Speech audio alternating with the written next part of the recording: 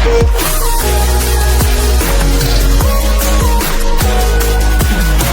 vaxtınız xeyir olsun.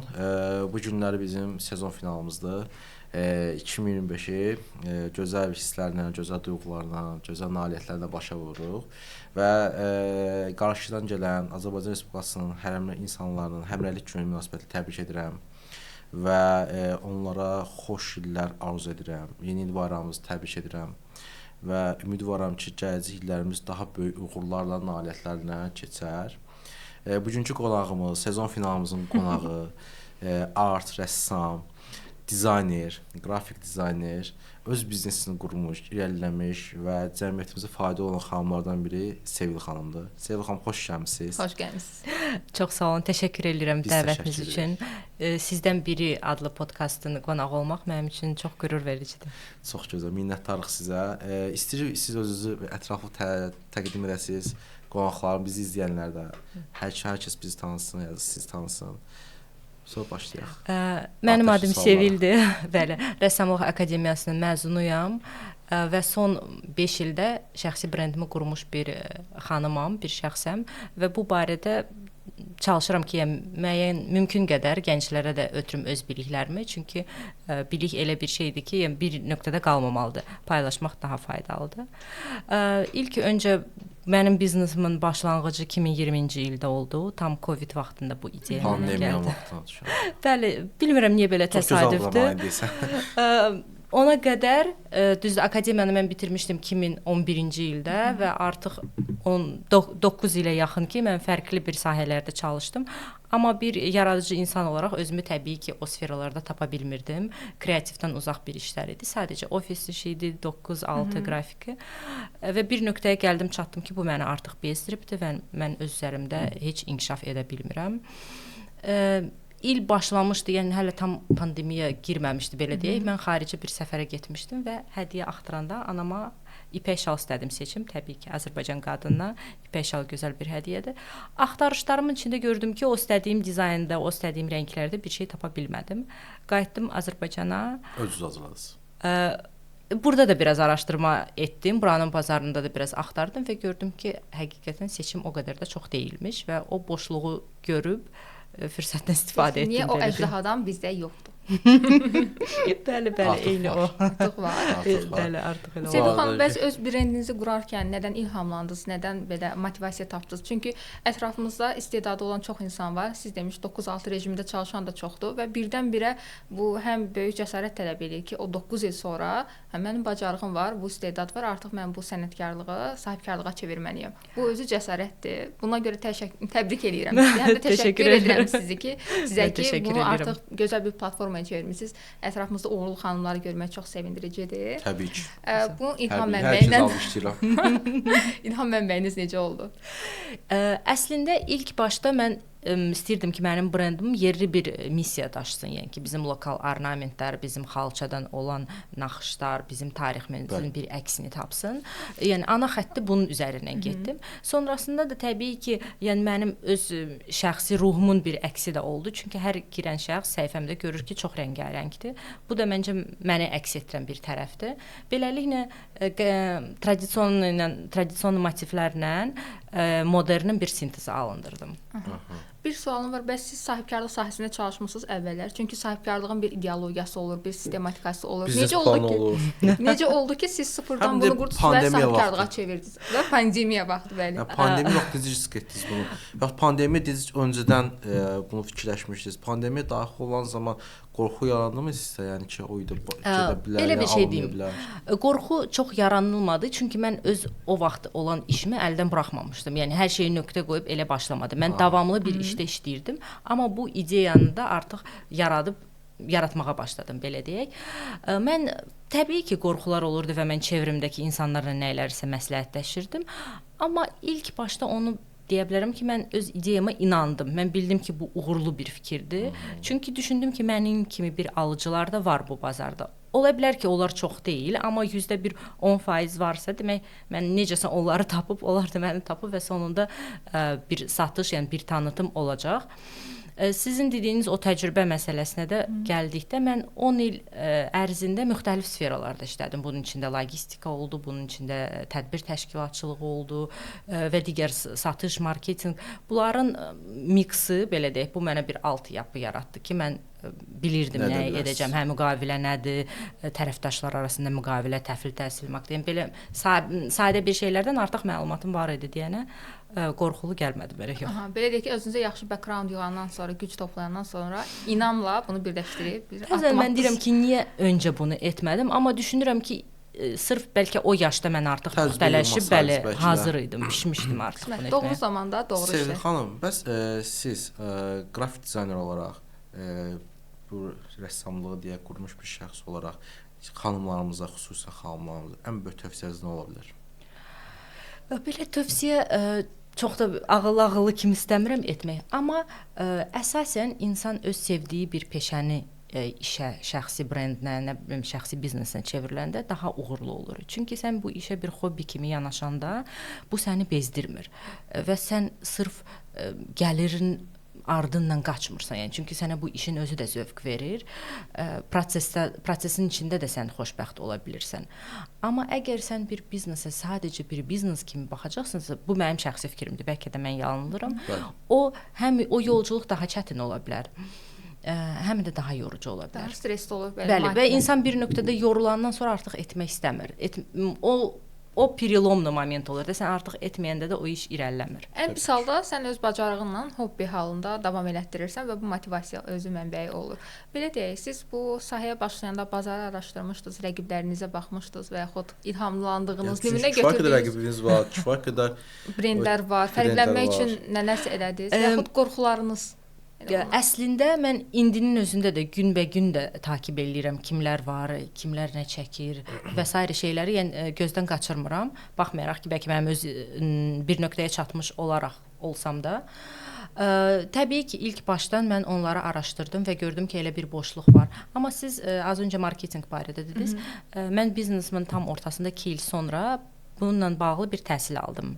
Magistratura təhsilini aldım İstanbulda və bu da gözəl bir təcrübə oldu və biliklərimə də bir əlavə oldu. Çünki Türkiyə bilirsiniz ki, bu satışda, müştəri xidmətində çox gözəl. Film olmasa da reklamlar çox qəşəng həqiqətən. Reklamlar bacarırlar, mən düşünürəm. Reklam ümumiyyətlə müştəri məmnuniyyəti onlarda ilk başdadır, yəni atelcilik olsun və s. şeylərdə. Ona görə oranı seçdim. Həm marketinq, həm brendinq üzrə magistratura oxudum və o da mənə bir qatqı verdi və məni növbəti mərhələyə çıxarmağa kömək elədi, düşünürəm.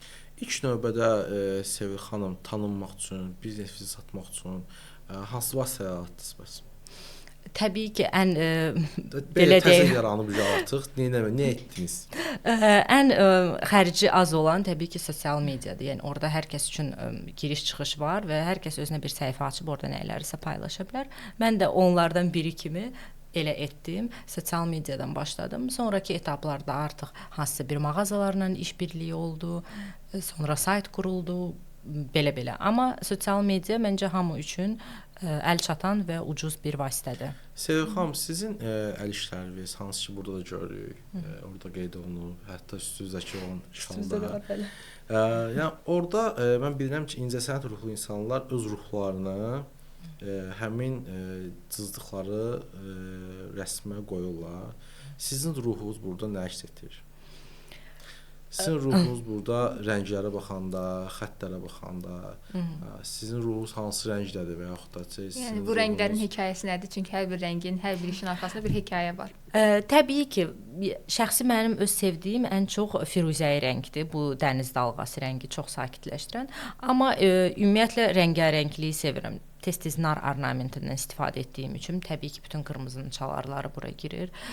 Bizim xalçaçılıqda olan ornament isə çalışıram ki, o rənglərə yaxın bir rənglərdə istifadə olunsun. Düzdür, əvvəlki dövrdə daha solğun rənglərdə onların daha rəngli versiyasından istifadə edirəm. Bir də baxıram, məsəl üçün burada Qobustan kompozisiyası var. Bu da torpağa yaxın, quma yaxın rənglərdən çalışmışam istifadə edeyim və onun əksi belə yaşıl kimi rənglər. Aha, Sevil xanım, bəs 2020-dən bu yana böyük bir yol qət eləmisiniz, iş görmüsüz. Qarşılaşdığınız kriz nöqtələrdə nə işlər, nə atmısınız ki, o problemi həll eləmisiniz? Ümumiyyətlə qarşılaşdığınız risklərdə nə iş görürsüz? Risklər hər işdə var, ya bu normaldır və qaçılmazdır. Təbii ki, vəziyyətə görə çalışıram çıxış yolu tapım ya axtarıram. Bəzi hallarda olur ki, məndən daha təcrübəli insanlara müraciət edirəm. Amma ki çox belə deyim super bir krizislə rastlaşdım. Elə bir şey də olmadı. Xırda bir problemlər olub təbii ki. Müştərilərin bəziləri məmnun olmayıb, hansısa partiyalar gec hazırlanıb, nələrdəsə gecikdirmə olub. Bəli, onun bir tərəfindən də özümü hardasa bəraət qazandırıram. Çünki mən elə də böyük bir komanda ilə işləmirəm. Bir işin çox hissəsi öz üstümdə olduğu üçün təbii ki, mən daha kiçik addımlarla gedirəm. Yəni bu elə də sürətli olmur. Amma əsas odur ki, mən daha çox kolleksiyalar yaratmaq istəyərdim. Hal-hazırda daha az var. Mən sizə mən xoş kəsəm, mən məsləhət kimi çıxmaz. Mən məsləhət görürəm ki, elə böyük addımlar atma kiçik komanda ilə işləyim. Bunun ən böyük səbəbi mən düşünürəm ki, bu günləri bizim həqiqətən bazarımızda böyük brendlər var və mən inanmıram ki, həmin brendlər öz belə deyək, rəqiblərini Sevil xanım kimi izləsinlər, takib etsin. Çünki vaxtları yoxdur. Komanda idarəsindən, yoxsa şərfləri istehsal etsinlər, yoxsa bunları satsınlar. Bəli, yeni dizayn olsun, trendlərimi izləsinlər. Bəli, böyük bir şey. Onlar artıq özlərinə fokuslanırlar, rəqiblərini görmürlər. Rəqiblər məsələn Sevil xanım kimi bazarda bir rəqib yaranıb, onlar nəzərinə baxanda və rəqibi Sevil xanımı görmürlər, tanımırlar. Buna görə bunları dezavantajı çevirir, mənfi nüansı çevirir. Mən böyük addım atmağınızı inşallah ki, arzulayıram, amma kiçik komandalarla işləməniz məncə daha yaxşıdır ki, siz rəqiblərinizi də görürsüz. Nəinki artıq öz dizaynerinizi olmaq, rəqiblərinizi artıq seçirsiniz, bu onu yaratdı, onu yaratdı. Düzdür. Elə bir şey var ki, böyük komanda ilə işləməyin öz müəyyən çətinlikləri var. Orada menecment daha güclü olmalıdır və yaxud sən daha çox mütəxəssislər tutub və onlara ödəməlisən, sənin brendin artıq elə bir gəlir nöqtəsinə çatmalıdır ki, sən bunu bacarasan. Olmadığı halda təbii ki, bir çox işləri mən özüm görməyə məcburam. Məcburam deyərkən az öncə də dedim, mən öz üzərimdə işlədim və bu işi sevdiyim üçün, yəni ki, mənim xoşuma gəlir bu prosesin içində olmaq və fikirləşirəm ki, bir neçə mütəxəssis tutub onların işini yoxlamaq da mənə yorucu olacaq. Elədirsə özüm görürəm. Ən yaxşısı təbii ki, İşinizdə hər tərəfli belə də olursa, özünüz öhdəliyin çoxsu sizdə olanda. Bəli, mütəxəssisimiz qrafik dizayner tapır. Məsələn, təbii ki, adamı xoşlar ki, kiməsə indi iş tapılır, işləyir, o başqa məsələ. Amma nə qədər ki, ağızlı sual qalacaqsa ki, görsən, mənim istədiyim kimi cızma qara edirmi? Çətin olur. Yəni bəli, bir nöqtəyə gəlmək çətin olur. Sənətkarın ürəyinə toxunan insan çox az olur. Keçən podkast çəkimizdə İsmət bəydədir ki, İsmət bəy sual vermişdi ki, bəs mən başa düşmürəm də bir qoyublar Louvre muzeyinə və yaxud hansı bir muzeyə rəsmə gəlib baxsa bir dənə nöqtə var. O nöqtə nə adətən? Niyə ona milyonlar verirəm o nöqtə? O nöqtə mən də qoyaram evdə. Amma incəsənət. Amma fanatlar saatlarla durur tablonun qabağında baxırlar ki, nədir görəsən orada. Orada qeyd etdi ki, yəni ora çəkən rəssam və sizin kimi o ruhunu qoyur, hansı bir hekayəni qoyur və o hekayəni qoyduğu üçün onu anlayan insana o maraqlı gəlir. Bəli, düzdür. Yəni rəsmdə ümumiyyətlə kreativ insanların bilirsiniz ki, vizual tərəfi daha güclüdür və onların təsəvvüründə bəzi şeyləri, yəni sadə sıradan özünü o mövzuda inkişaf etməmiş insan görməyə bilər. İstəyər rəsm olsun, istəyər naxışlar olsun. Bəzi şeyləri, məsəl üçün, hətta mənim kompozisiyalarımda mən izah eləyəndə insanlar görür, burada buymuş, burada bunu əks etdirmək istəmirsiniz. Doğru deyirsiniz, yəni. Sevil xanım, bəs biznesdə xanımlarımızın rolu nə dərəcə böyükdür? Sorğulanmaz. Təbii ki, maraqlıdır mənim üçün. Bizim moda sahəsində deyək o zaman, gəlin daha spesifik. Ümumiyyətlə o biri mövzularda da mən statistikanı izləyirəm, amma Azərbaycanda son illərdə bəli bir dinamika var ki, xanımlar önə çıxır. Mən görürəm ki, xanımlar həqiqətən dinamika var və önə çıxır. Var, bəli. Mən bunu belə şifahi də izləyirəm, statistikada da görürəm, amma nə dərəcədə o biri illərə görə var yüksəliş. Amma ümumi kişilərlə qadınların faizi tam nə yerdədir bilmirəm. Təbii ki, kişilər həmişə hələ də vidushi qalırlar, yəni lider sırasında. Sizə görə və ya sizin qarşılaşdığınız nüanslara əsasən sizin qarşı problemlər daha çox olur, yoxsa fürsətlər ola bilər, problemlər ola bilər, fərqi yoxdur. Bu bilirsiniz biraz individual bir şeydir. Sahibkarlıqda gender problemləri deyək, sualımızı daha netləşdirək. Olur mu? Bu biraz yenə dediyim kimi individual bir şeydir. Mən çox da rastlaşmıram. Bilmirəm mən belə uğurluyam, yoxsa mənə belə ulduzlar şans gətirir. Əslində hansısa bir momentlər olur, amma çözülür. İstəyir mühasibət tərəfindən, istəyir vergilənmə tərəfindən. Bir neçə nöqtələr var ki, kiçik sahibkarlar işləyir və rastlaşır problemlə. Amma həlli tapılır, yəni səhv olsa da belə yerində həll edilir. Mən bu Sevil Art'ın biraz sahibkarlıq yanından danışmaq istəyirəm, biraz maliyyə hissəsindən danışmaq istəyirəm. Siz müştəriləri cəlb etmək üçün hansı strategiyalardan istifadə edirsiniz? Nəzərə alaq ki, moda sahəsidir, xanımların zövqləri müzakirə olunmazdır, rəngarəngdir, çeşid çoxdur. Nə edirsiniz ki, siz müştəri cəlbini dinamikasını saxlayasınız və yaxud artırasınız? Və ikinci əsas sualım, qiymət aralığını necə tənzimləyirsiniz? Belə bir şey deyim, ilk sualdan başlayacağam. Mənim müştərilərim müxtəlif kateqoriyalara bölünür. Onlardan biri xaricə gedən azərbaycanlılardır ki, xarici insanlara qonaq aparırlar. Bu birinci kateqoriyadır. Təbii ki, insanlar istəyir nəsə lokal bir şey olsun, bizi əks etdirən, az da olsa bizim tariximizi daşıyan.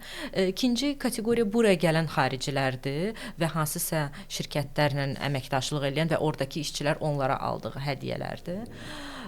Növbəti kateqoriya bizim yerli insanlarda hansı ki buna dəyər verir və deyək ki, orta plus təbəqədədir və bunu almaq istəyirlər və özünə bunu icazə verirlər. Günün bugünü deyək ki, bu termosun qiyməti 60 manatdır. Yəni mən bilmirəm, orta statistika yəqin ki, hər kəs üçün də bu uyğun qiymət olmaya bilər. Amma orta və plus olan insanlara bu özlərinə icazə verə bilirlər belə bir şey almağa. Və sonuncu bir kateqoriya var ki, nişanlanan xanımlar ipək yaylıqların qırmızı çəhrayı rənglərində olan kolleksiya. Bəli, mən xüsusi onlar üçün də fikirləşirəm ki, o rəng çalarlarında olsun.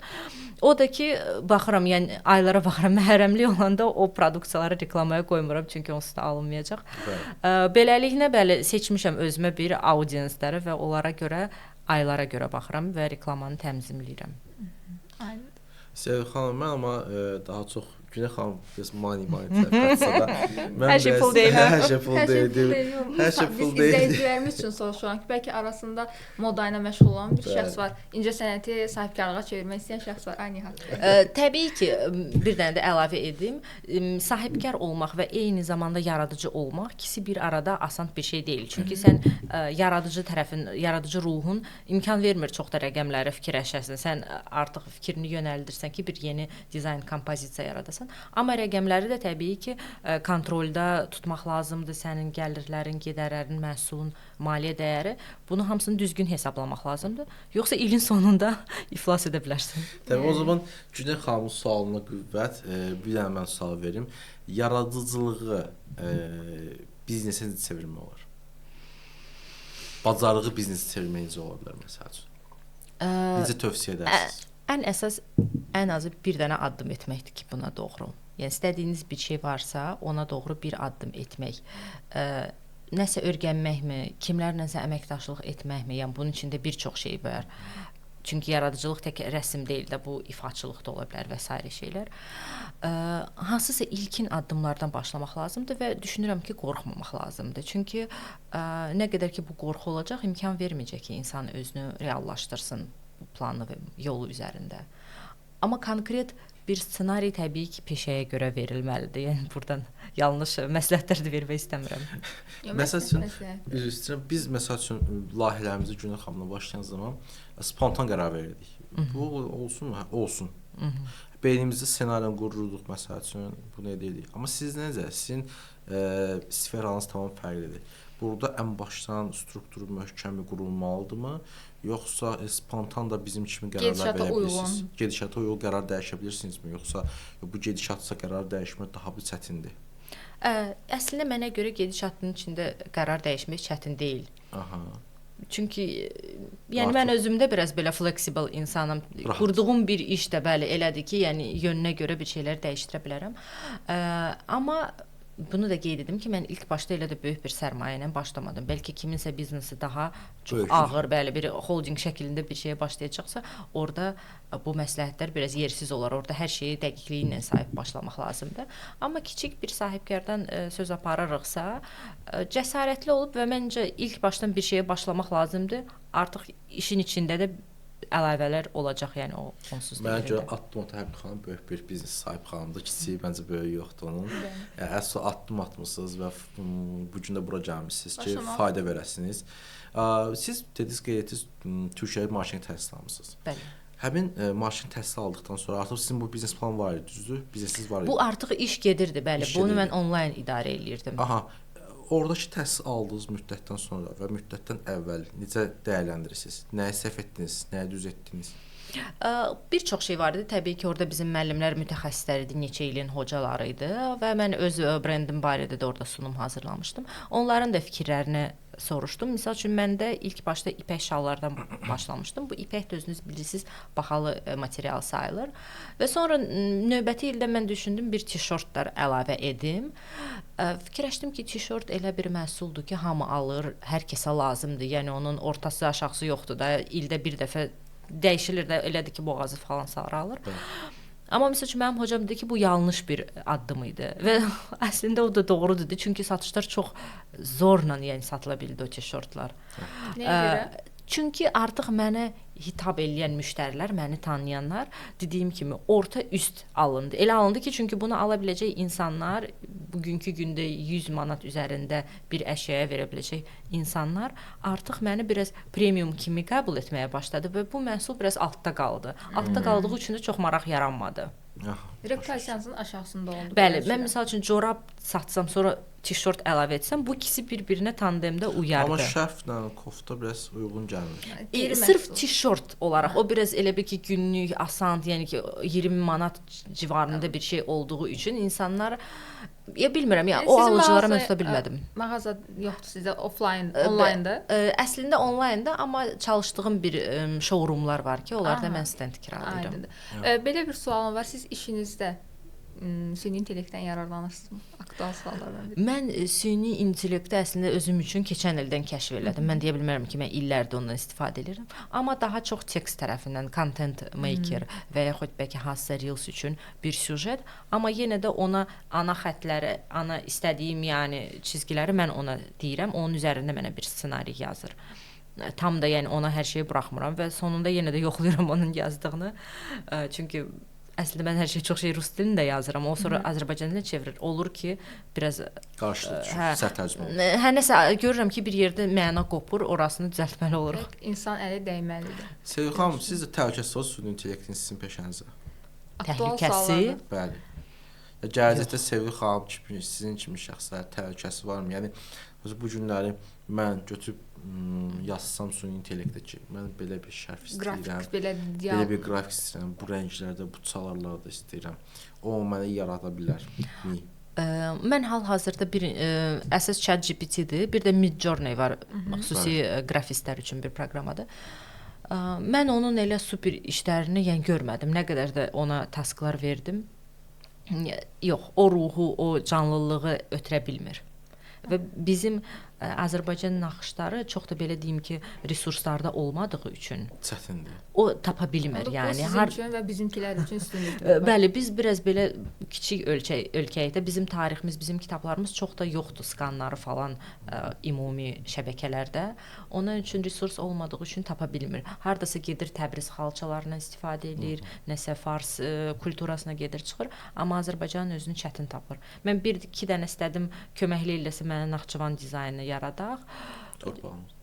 Wow, bir şey etmədi. Yəni çox belə kobud bir şeylər yapışdırdı. Naxçıvan olaraq sonra qonaq aparıb göstərə bilərik. Bəli, biraz çətinlik çəkirəm. Bir dəfə Naxçıvanda olmuşam. Biraz da dərindən tarixini bilmədiyim üçün mənə ilham üçün bir şeylər lazımdır. Ona görə də arada düşünürəm ki, nəsə lazımdır. Arada gedim Naxçıvan Azərbaycanın ən qədim şəhərlərindən biridir. Düzdür, orada Nuh gəmisi vardı. Onu düşünürəm istifadə etmək. Amma yaxşı. Seven Slippers'dan da istifadə edə bilərsiniz. Hesab keyfinə bağlı. Nuh gəmisi heç ağlıma gəlməmişdi. Nuh gəmisini istifadə edən siz xanımların beyni çox fərqli işləyir. Onu bir daha sürətli işləyir. Həm də biz multitask sayılırıq da, bir müxtəlif mövzuları eyni zamanda fikirləşə bilirik.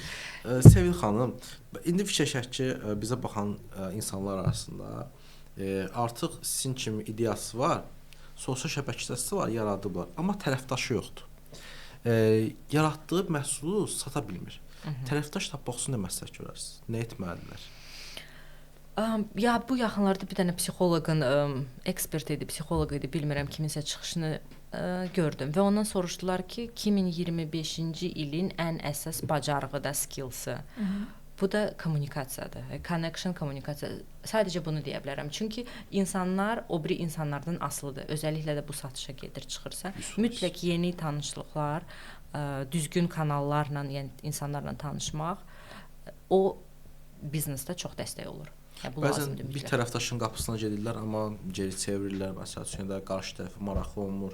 Burada sizə sunum mu pis olur, yoxsa bu çox normaldır. Çox normaldır. Hamını seçmək məcburiyyətində deyil. Yəni ki, 100 nəfərdən ikisi sənə okey versə, bu belə gözəl nəticədir. Bəli, bu gözəl nəticədir. Amma ruhdan düşməyin.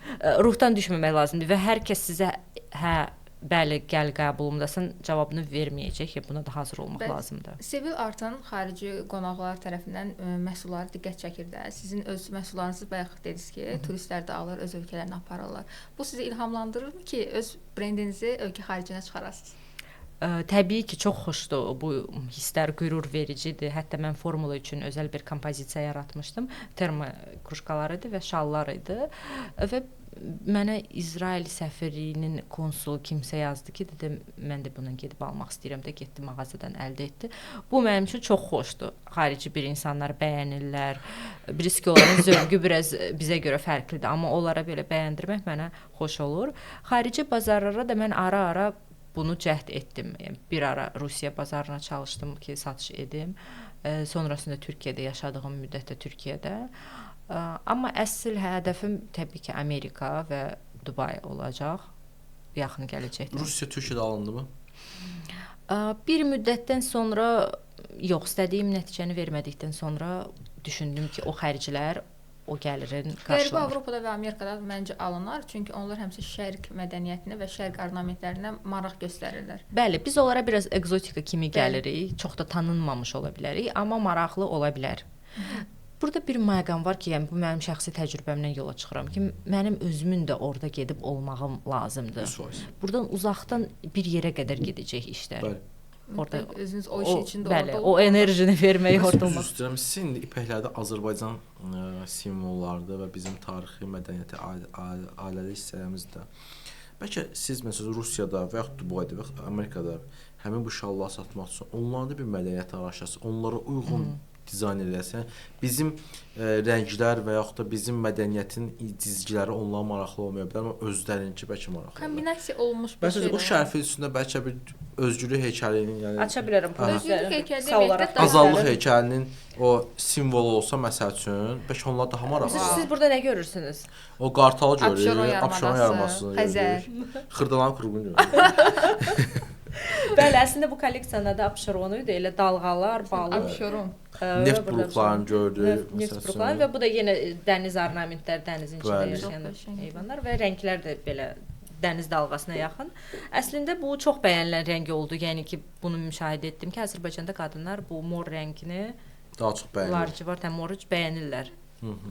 Birinci mavidir, sonra bu firuzəyi, bir də bu. Mən o rəngi çox bəyənirəm. Mən bəs tündləri xoşlayıram. Kişilərdən normaldır. Hə, o çox xoşuma gəldi. Daha feminen görünür. Ona görə xanımlar sevir. Mən Amerikada və ya Rusiyada məsəl üçün o Leninin bəlkə indi şəklini orada qoysa eləsək. Onun Lenin şəkli olan yaylığı şərti kim yazsın? İndi məsəl üçün modadır, başa düşmək istəyirəm.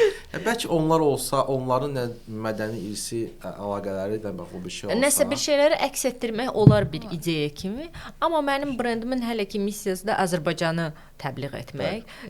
Çünki az öncə də söylədim, biz bir ölkə kimi nüfuzumuz da azdır, yəni ki, bizdə toplumun sayı da çox deyil və bizim tariximiz bir neçə dəfə başqa tarixlərlə qarışdı, başqa ölkələrlə müdaxilələr olundu. Ona görə bir yerdən sonra qopduq və biz çox tanınmırıq dünyada. Yaxşı olardı ki, bizim öz tariximizi misal üçün yaşatmaq.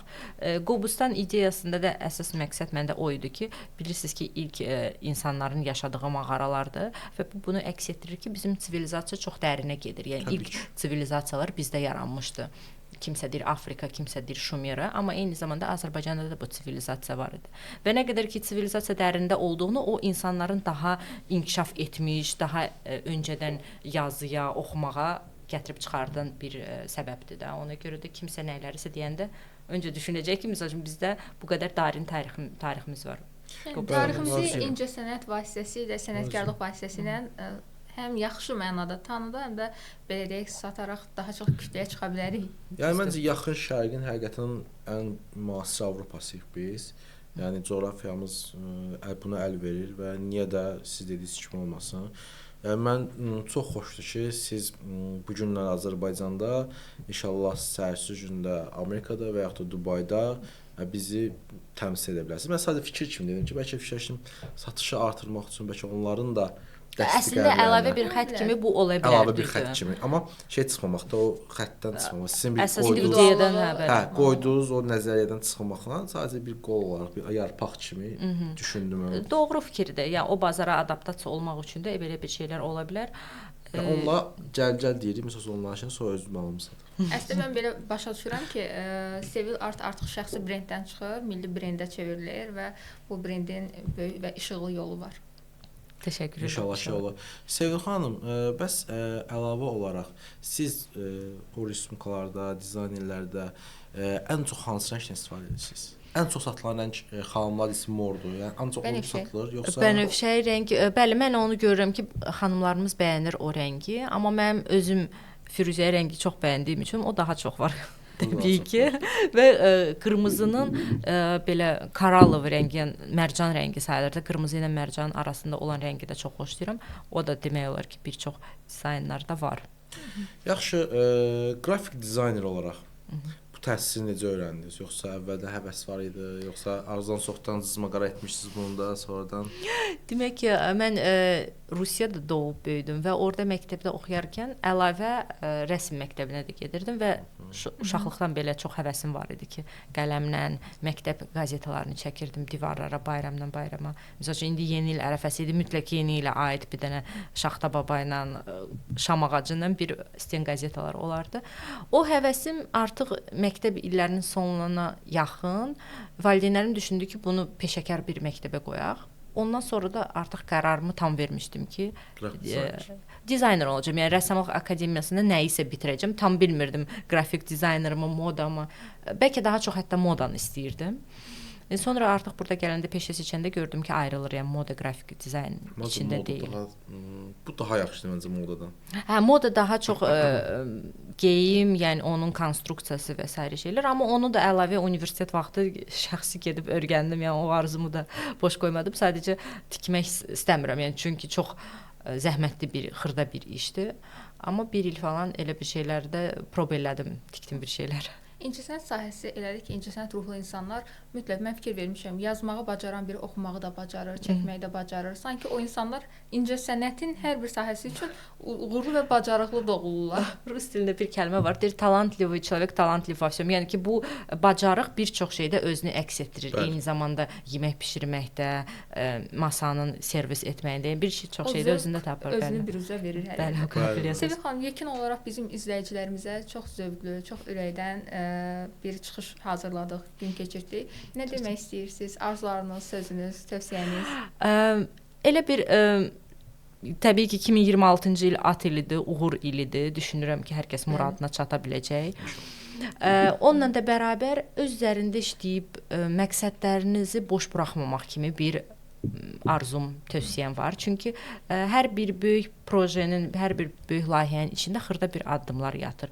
Gündəlik, sistemli şəkildə az-az da bir şeylər etsəniz, mütləq öz nəticəsini tapacaq. Eyni zamanda da hətta sizə aid olmayan sahələrlə də maraqlanmaq çox təcrübə verir. Bunun içində dil öyrənməkdir, bunun içində coğrafiyanı bilmək, səyahət etmək, istəmək. Çünki ilk başda hər şey istəməkdən gəlir. Və beləliklə hər kəs öz yolunu tapacaq düşünürəm. Bir də qırmızı at ili gəlir. Mənim şəxsi tövsiyəm odur ki, yeni ili qırmızı rəngdə qarşılamaq yaxşı olardı. Qırmızı rəngdə. Mən qırmızı rəng geyəcəm Allahın köməkliyi ilə. At gözəl rəmzidir, bəli. İnşallah xeyirli olar, uğurlu olar Sevil xanım. Tövsiyəniz üçün minnətdarıq.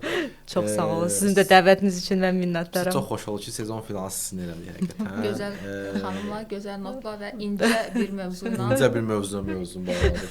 İli bağlayırıq. İncəcik ili bağlayırıq. İli bağlayırıq və incə bitdi, belə deyək.